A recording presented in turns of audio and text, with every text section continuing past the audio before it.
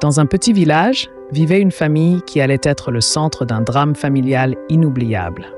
Mariam, une femme d'une grande beauté mais au cœur rempli de ressentiment, était la belle-fille de la gentille et sage Kadiatou. Kadiatou avait toujours rêvé de voir son fils, Idrissa, heureux dans son mariage. Cependant, son bonheur fut de courte durée. Kadiatou était une mère aimante et respectée dans son village, connue pour sa sagesse et sa bienveillance. Malgré les difficultés, elle tentait toujours de garder la paix au sein de sa famille.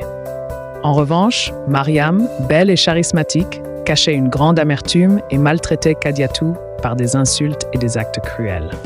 Idrissa, pris entre son amour pour sa mère et la tyrannie de sa femme, était incapable de défendre Kadiatou, craignant la colère de Mariam. Kadiatou, bien que souffrant, gardait espoir que la situation s'améliore, supportant les sévices avec une dignité silencieuse. Le temps passa, et lorsque Kadiatou atteignit un âge avancé, ses souffrances prirent fin. Sa mort laissa un vide immense et un chagrin profond dans le cœur d'Idrissa. Les années défilèrent, et Mariam, maintenant vieille, commença à ressentir les affres de la solitude et de la vieillesse. Elle était maltraitée par la femme de son fils, qui lui rendait la monnaie de sa pièce. À travers les souvenirs et les témoignages des villageois, nous découvrons les actes cruels de Mariam envers Kadiatou et la façon dont Idrissa a vécu avec une culpabilité croissante.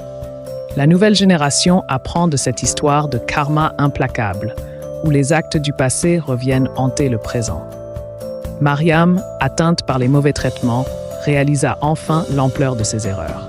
Elle voyait dans les yeux de sa belle-fille la même haine qu'elle avait autrefois pour Kadiatou. Cette prise de conscience la plongea dans un profond regret et elle chercha à réparer ses erreurs. L'histoire se termine par une leçon puissante.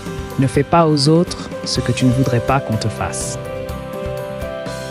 Mariam, dans ses derniers jours, tenta de se racheter en inculquant cette leçon à la nouvelle génération.